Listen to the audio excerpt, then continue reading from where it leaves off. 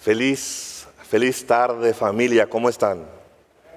Gloria a Dios porque podemos hacer una pausa en medio de la semana, del ajetreo, del trabajo, para acudir a nuestro Dios a través de su palabra, a través de la oración, a través de la confraternización entre nuestros hermanos y decirle: Señor, aquí estoy, renueva mi vida.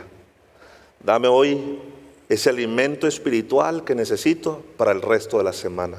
Y estamos precisamente leyendo cada miércoles en estas pausas que tenemos el deseo de todas las gentes, y vamos en el capítulo número 16, se titula En su templo. Y saben, mientras estudiaba este capítulo, vi tres cumplimientos de ese título: en su templo.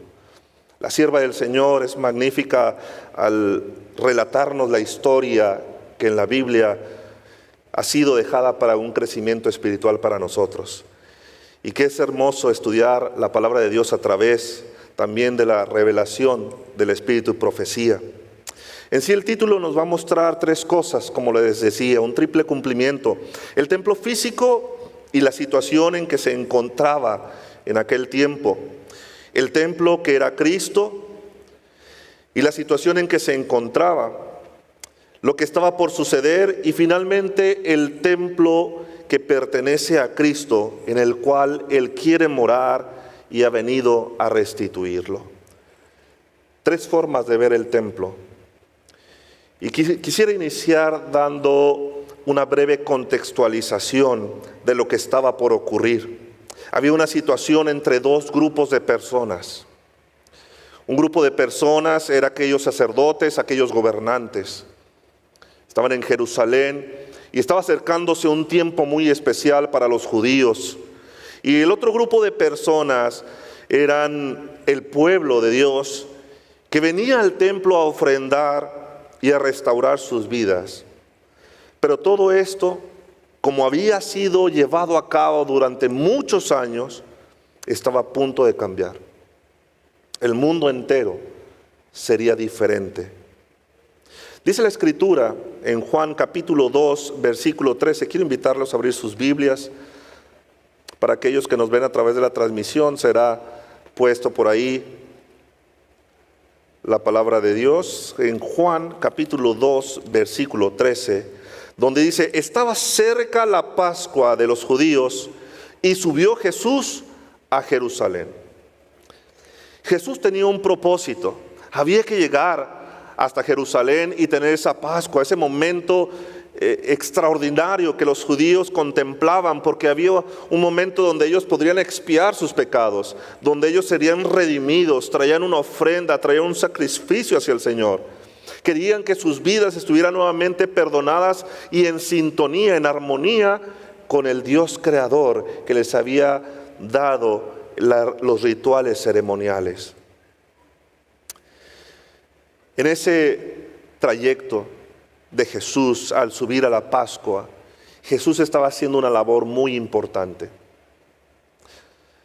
Nos menciona la sierva del Señor que su labor era corrección y preparación.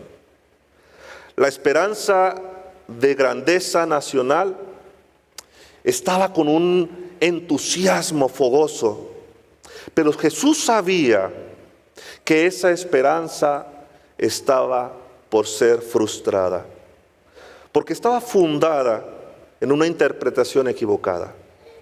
Y cuando nuestras interpretaciones de la palabra de Dios están mal fundadas, terminan por frustrar al fiel creyente.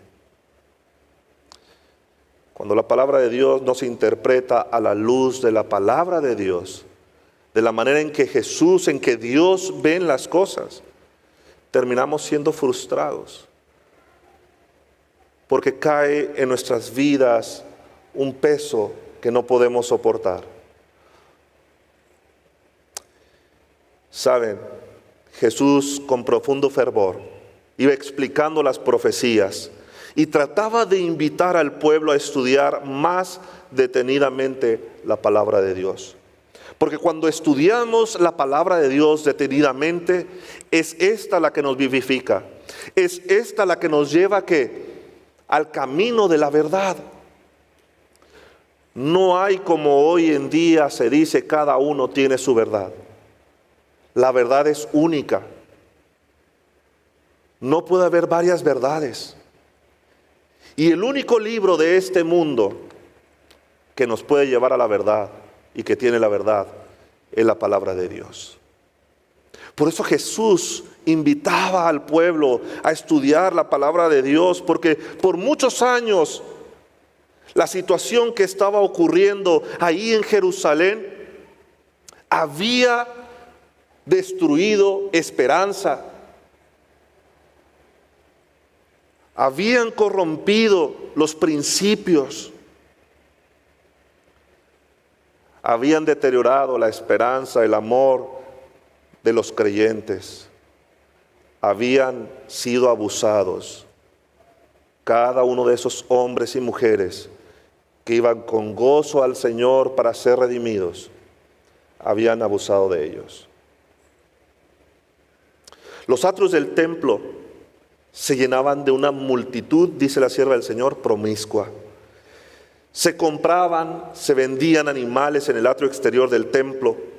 Se cambiaba el dinero de una moneda a la moneda del templo. El cambio del dinero, dice, daba oportunidad al fraude y a la extorsión. Se había transformado en un vergonzoso tráfico que era la fuente de la renta de los sacerdotes. Y aparte, los precios del cambio eran exorbitantes. Te cobraban más por poco. Se había enseñado que a los adoradores había que ir y hacer sacrificios.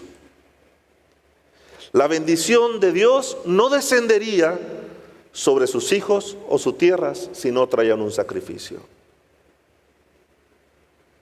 La gente deseaba tener esa bendición de Dios. ¿Y qué hacía? Traía un sacrificio. Había quienes no tenían incluso para el pago mínimo del sacrificio más pequeño. Y aún así buscaban la manera de acudir al Salvador, a esa tipificación a través de los ritos ceremoniales para encontrar gracia. La confusión, dice la sierva del Señor, consiguiente, daba la impresión de una ruidosa feria de ganado. Más que si fuera un templo sagrado de Dios. Podían oírse las voces agudas que regateaban, el mugido vacuno, el balar de las ovejas, el arrullo de las palomas, y se mezclaba con el ruido de las monedas y de las disputas airadas. Esta confusión provocaba una situación, perturbaba a los adoradores, y las palabras dirigidas al Altísimo quedaban ahogadas por el tumulto que invadía el templo. ¿Se dan cuenta la situación? Jesús venía de Capernaum porque había descendido y entonces ahora subía a Jerusalén tratando de ir a esas personas que se acercaban a la Pascua, dándoles el mensaje, corrigiendo, motivándoles a que leyeran correctamente la Escritura, porque cuando llegaran se iban a dar cuenta de una situación. Había una situación delicada en el templo. Los sacerdotes y los gobernantes estaban fallando en su labor. Eran muy rigurosos en el cumplimiento de las ceremonias relacionadas con el templo, pero amaban el dinero y había prevalecido esto sobre sus escrúpulos. Los sacerdotes y gobernantes eran llamados a ser representantes de Dios ante la nación. Debieran haber corregido los abusos que se cometían en el atrio. Debieran haber dado a la gente un ejemplo de integridad y compasión. Pero en lugar de eso, buscaban sus propias ganancias.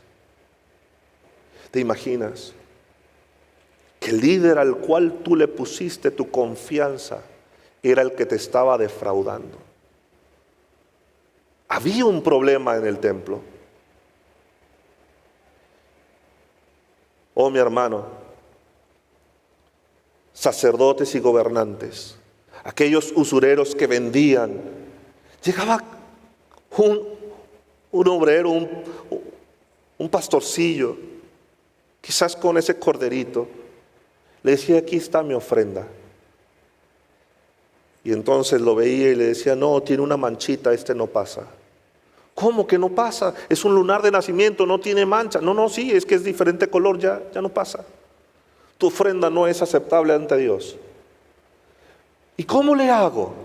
Si he venido desde tan lejos, no puedo regresar. Y quiero que la bendición que se me ha dicho que puedo tener si yo traigo una ofrenda. Ah, mira, aquí están los que cambian. Pasa al atrio exterior. Ahí te van a dar uno, ya los probamos, calidad certificada por los sacerdotes del templo. Cualquiera de los que te vendan, y ese ya está, listo. Pues la persona humilde iba y decía: oiga, mire, necesito comprar uno, pero ¿cuánto cuesta? Tanto. Ay, no traigo. Y no trae nada. Pues traía este que no pasó la prueba. Bueno, se lo vamos a tomar, esto lo vamos a dar para otra cosa, no se preocupe, pero nos debe la diferencia. La diferencia era muy grande. Pero con tal de no regresar a casa sin bendición, hacían lo que podían para adquirir ese nuevo cordero o esa ofrenda nueva que sí estaba lista. Y yéndose a hacer la nueva ofrenda, pasado ya con el sello de calidad por los sacerdotes, hacía su celebración. Y venía otro detrás de él, ¿no? Oiga, y justo el que había sido con la manchita anterior, este es el bueno, no se preocupe, ya está certificado, ahora sí ya. Pero saben, mis hermanos, aquellos gobernantes podían oprimir, podían defraudar, porque el pueblo no leía la palabra de Dios. Si el pueblo tan solo supiera la verdad, leyera la Escritura, no permitiría ese fraude. La situación del templo. En medio de esta situación llega Jesús al templo. Y como dice el título, a su templo. Y al entrar Jesús, su mirada abarcó toda la escena. Vio las transacciones injustas. Vio la angustia de los pobres que pensaban que sin derramamiento de sangre no podían ser perdonados sus pecados. Vio el atrio exterior de su templo convertido en un tráfico profano. El sagrado recinto se había transformado en una vasta lonja. Al ver esto se llenó de celo. Tomó un látigo hecho de algunas cuerdas y echó fuera a todos los cambistas, y sacerdotes salieron también huyendo. Entonces los discípulos recordaron lo que Juan capítulo 2, versículo 17 dice. Se acordaron sus discípulos que está escrito: el celo de tu casa me consume. Nadie había visto a Jesús de esa manera. Los discípulos se desconcertaron al principio. Igual, dice, las siervas se atemorizaron por un instante, porque no se habían topado en ningún momento con un Jesús airado, un Jesús celoso de lo que estaba sucediendo en la casa de Dios. Pero entendieron a través de la Escritura. Sabían que había un celo por la casa de Dios. En esa purificación que Jesús hizo de sacar a esas personas, anunció su misión como Mesías y comenzó su obra. A causa del pecado, la humanidad había dejado de ser templo de Dios. Al acercarse al primer templo y ver esa situación, pudimos ver la segunda situación del segundo templo. el templo que es el cuerpo. Oh, mis hermanos, la humanidad había dejado de ser el templo de Dios, dice la sierva del Señor. Jesús anunció su misión de limpiar el corazón de la contaminación del pecado, de los deseos terrenales, de las concupiscencias egoístas, de los malos hábitos que corrompen el alma. Porque Él, como dice la sierva, es fuego purificador. Él ha venido a purificar nuestras vidas. Pero no solo, mis hermanos, es un fuego purificador. Quiero invitarles a abrir la palabra de Dios en Hebreos capítulo 12, versículo 29. Hebreos 12, 29. Dice así: porque nuestro Dios es fuego consumidor. No solo es fuego purificador, sino también fuego consumidor. Y esto nos alerta hoy también a nosotros, mis hermanos. Así como en los tiempos de Jesús, si se llegara a suceder el mismo problema hoy, tendríamos esta advertencia, que Dios, es cierto, purificará los corazones de aquellos que centren su vida en Jesús. Aquellos que vienen con gran congojo a decirle al Salvador: Señor, por favor, transfórmame, guíame, bendíceme, haz de mi vida, de mi cuerpo, un altar, un templo de Dios. Aquel que está dispuesto al cambio, no al cambio de la sociedad, sino al cambio que Dios quiere de nosotros. Pero es fuego consumidor. Y será el fuego que consuma a todo aquel que decida permanecer en el pecado. Esta es la llamada de advertencia de nuestro Dios. Pronto viene nuestro Salvador. Pronto ha de venir y decidir: hijo, buen siervo, fiel. En lo poco me has sido fiel. ¿En lo mucho qué? O siervo inútil. ¿Y de dónde? Al lago de fuego, que había sido preparado para el enemigo y sus ángeles, no para nosotros. La decisión es tuya y mía. ¿De qué lado quieres estar? ¿Del lado de Cristo o del lado de la humanidad y la concupiscencia personal? Porque la Escritura es clara: purificará y consumirá. ¿Quieres ser purificado? Si es así, recordemos que nuestro Dios es fiel, que Él nos ama. Dios mora en la humanidad y mediante la gracia salvadora, el corazón del hombre vuelve a ser su templo.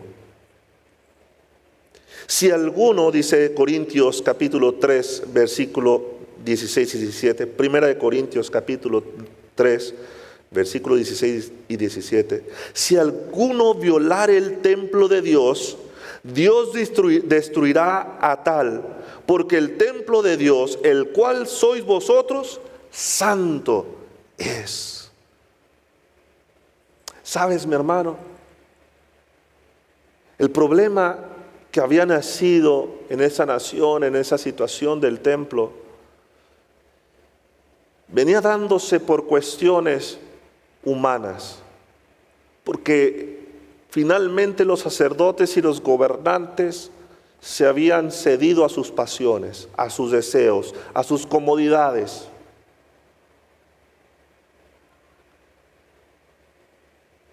Y al tener esa comodidad, ese deseo, cuando eran confrontados con la palabra de Dios, o eran confrontados ahora por Jesús, tenían que decidir o abandonar todo lo que ellos tenían,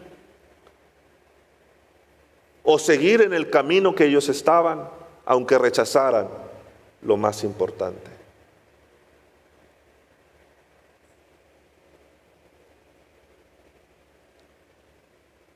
Nuestro cuerpo es templo del Espíritu Santo. ¿Cómo cuidamos nuestro cuerpo? Cuando decidimos no cuidar nuestro cuerpo, dice la sierva del Señor, que nosotros es como si abriéramos la puerta e invitáramos al enemigo a gobernar nuestras vidas. Cuando decidimos, Señor, es que no pasa nada, no es de salvación. Como escucho mucho esta frase de pronto, ¿no? Pastor, pero es que eso que usted está diciendo, esas cosas que nos pide la iglesia, eso que han predicado, no es de salvación. Si hago esto, si como esto, si visto esto, si veo esto, si escucho esto, ¿no me va a salvar o no me voy a perder por eso? Le digo, quizás ese no es el detonante donde Jesús haya dicho, si escuchas esto te salvas y si escuchas esto te pierdes. No es así, pero es de santificación, es de preparación para llegar al reino de los cielos. Hay cosas que nuestras vidas necesitan cambiar, y si no cambian, no se prepararán para el reino de los cielos. Llega la confrontación. No quisieron arrepentirse. Sabían que habían despertado la simpatía de Cristo hacia los pobres. Sabían que ellos habían sido culpables de extorsión en su trato con la gente. Por cuanto Cristo discernía sus pensamientos, le odiaron, sintieron celos y resolvieron por matarlo. ¿Te das cuenta?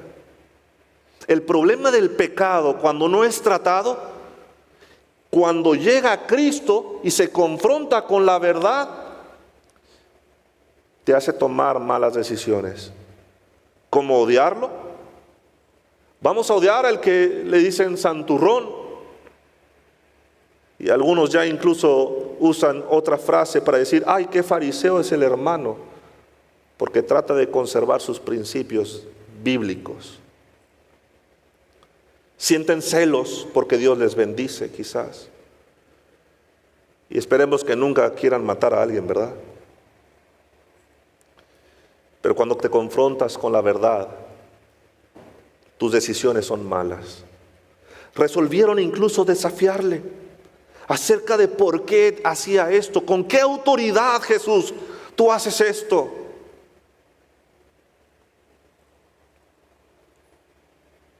Nosotros sabemos que tenía toda la autoridad, pero Jesús le había mostrado una señal. Al hacer penetrar la luz de su corazón y al ejecutar delante de ellos las obras del Mesías que debía efectuar, les había dado evidencia convincente de su carácter. Cuando le piden la señal, les contesta con una parábola y demuestra que sí discernía su malicia y veía hasta dónde los iba a conducir esa malicia. Juan capítulo 12, versículo 19. Juan capítulo 12, versículo 19. Dice, pero los fariseos dijeron entre sí, ¿ya veis que no conseguís nada? Mirad, el mundo se va tras de él. Jesús incluso les dijo, destruid este templo y en 3 días ¿qué? ¿Sabes qué le estaba diciendo? Yo ya entendí el mensaje, me quieres matar, pero en 3 días tomaré de vuelta mi vida. Y este mensaje, mis hermanos, era porque Él era el Rey. Él es nuestro Dios. Él sabe todas las cosas. Cristo, dice la sierva del Señor, no quería que sus palabras fuesen entendidas por los judíos incrédulos, ni siquiera por sus discípulos en ese momento, porque sabía que serían torcidas sus palabras por sus enemigos y las volverían en contra de Él. Ya habían entrado en una senda que iban a seguir constantemente hasta que le llevaran como un cordero al matadero. Ya no se iban a arrepentir. Tanto fue su perversión, su constante camino equivocado, que que ya no podían dar vuelta atrás. No estaban dispuestos a regresar y decir, me he equivocado.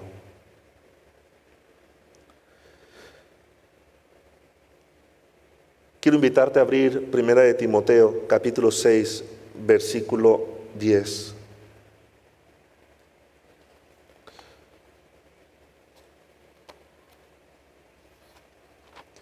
Primera de Timoteo, capítulo 6, versículo 10.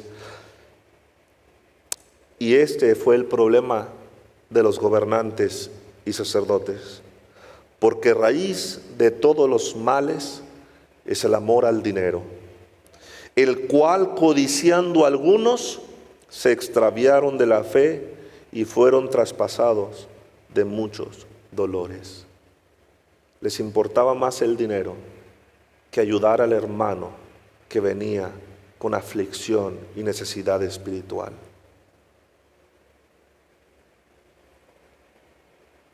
En nuestros días, ese puede ser un peligro todavía. Amor al dinero. Cuando nosotros no contemplamos la posibilidad de ese riesgo, podemos caer como ellos cayeron. Nuestro juicio será nublado hasta el punto que no nos demos cuenta que nos hemos apartado de Dios. Y no solamente como ministros, sino como miembros de iglesia tendríamos que tener en cuenta esto. Me ha tocado escuchar situaciones tan dolorosas para mi corazón, donde dicen, no pastor, aquí se hace como el hermano dice. ¿Pero por qué? Es que él es el que pone el recurso. Ay, Dios mío, le digo, aquí hay amor al dinero. Cuando pastores no están dispuestos a disciplinar, no, es que es el que tiene el dinero, si lo disciplinamos, ¿qué? Ya no va a venir, y ya no va a dejar el recurso. Amor al dinero. Nosotros, mis hermanos, como hijos de Dios, no debemos amar al dinero, debemos amar a Jesucristo y hacer las obras de Jesús para la gloria y honra de su nombre. Y en medio de esta situación dolorosa surge la esperanza. Estas palabras de Cristo fueron pronunciadas a causa de aquellos que iban a creer en Él. Sabía que serían repetidas, serían pronunciadas en ocasión de la Pascua, llegarían a los oídos de millares de personas y serían llevadas a todas partes del mundo. Después de que hubiera resucitado, su significado cobrarían fortaleza como nunca antes. Porque sí o no, mis hermanos, para nosotros es evidencia que Dios, que Cristo es Dios. En 3 días resucitó. Sus palabras fueron cumplidas. Y es lo que nos da esperanza en Cristo Jesús. Que lo que tenemos, lo que somos y nuestra esperanza de salvación únicamente depende de Cristo y de nuestra decisión. Si sigo a Cristo o sigo al hombre. Oh, mis hermanos, saben, cuando leía esta situación me maravillaba, porque en ese momento Jesús tuvo la oportunidad de hacer una obra maravillosa. Dice, la gente se agolpaba en la presencia de Cristo con súplicas urgentes y lastimeras, diciendo, Maestro, bendíceme. Jesús prestó atención a cada uno de ellos y fueron sanados.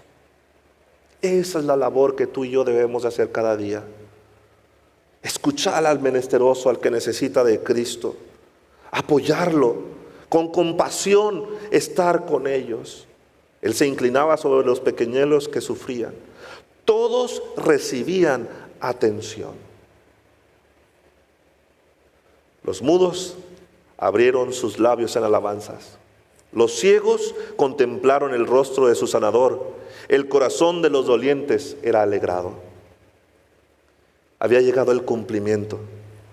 Cristo era el fundamento y la vida del templo. El templo señalaba a Cristo y los sacerdotes habían perdido de vista eso. Sin Cristo esto no tenía sentido. El sacerdocio había sido establecido para representar el carácter y la obra mediadora de Cristo. Todo el plan del culto de los sacrificios era una predicción de la muerte del Salvador para redimir al mundo. El cumplimiento. Jesús por fin había llegado. El Cordero estaba a punto de cumplir su obra maravillosa. Puesto que toda la economía ritual simbolizaba a Cristo, no tenía valor sin Él. Cuando los judíos sellaron su decisión de rechazar a Cristo, entregándole a la muerte, rechazaron todo lo que daba significado al templo y sus ceremonias. Su carácter sagrado desapareció. Quedó condenado a la destrucción. Desde ese día los sacrificios rituales y las ceremonias relacionadas con ellos dejaron de tener significado. Finalmente cesó el sacerdocio terrenal, pero comenzaría el sacerdocio celestial. Mientras Jesús ministra en el santuario celestial, es siempre por su Espíritu el ministerio de la iglesia en la tierra. Está oculto a la vista. No podemos quizás verlo y decir, aquí está Jesús en este instante, lo puedo venir a abrazar y tocar. Pero mi hermano, a pesar de que está oculto a la vista, cumple la promesa que hizo antes de partir. Mateo 28:20 dice, he aquí, yo estaré con vosotros todos los días hasta el fin del mundo. Hebreos capítulo 7, versículo 25, les invito a abrirlos en su palabra. Hebreos 7, versículo 25. Por lo cual puede también salvar perpetuamente a los que por Él se acercan a Dios, viviendo siempre para interceder por ellos.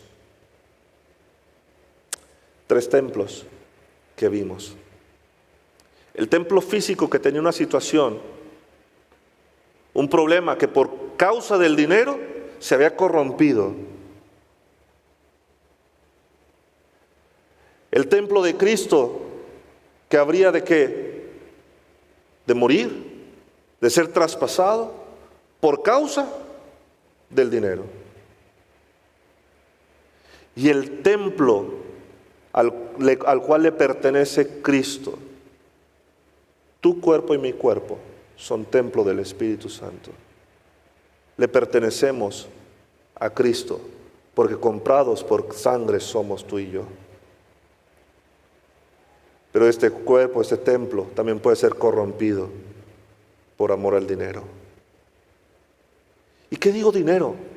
Amor a la comodidad, amor a mis deseos personales, amor a mis ideas, a mi filosofía, a mi verdad y no a la de Cristo.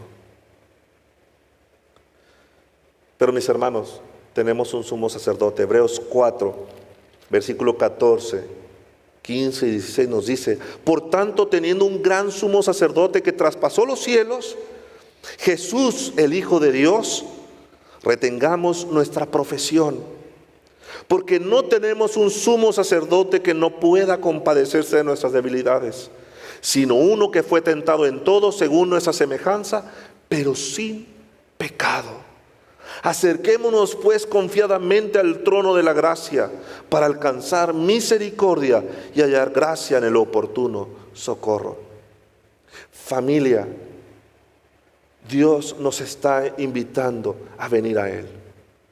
Dios nos está invitando a leer su palabra. Dios nos está invitando a levantar el estandarte de Cristo, a que nuestras vidas sean vidas como la vivió Cristo Jesús aquí en la tierra. La iglesia de Cristo necesita una vez más levantarse, porque Cristo viene pronto. Así como Jesús purificó aquel templo físico, hoy necesitamos purificar nuestro templo espiritual, nuestro templo físico también. Porque si no lo hacemos, ¿cómo comprenderemos la verdad? ¿Cómo sabremos que vamos por el buen camino si no leemos la Escritura? Si no sabemos lo que Dios quiere de nuestras vidas, si no limpiamos nuestras vidas para decir, Señor, ya no se haga mi voluntad, sino que la tuya. El deseo de todas las gentes es maravilloso. Nos recuerda que en su templo el que debe de gobernar es Cristo Jesús. Es un templo físico, en el templo celestial y en el templo que somos tú y yo. Quisiera decirte, mi hermano,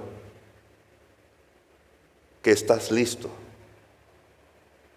Pero la realidad es que apenas tenemos que prepararnos.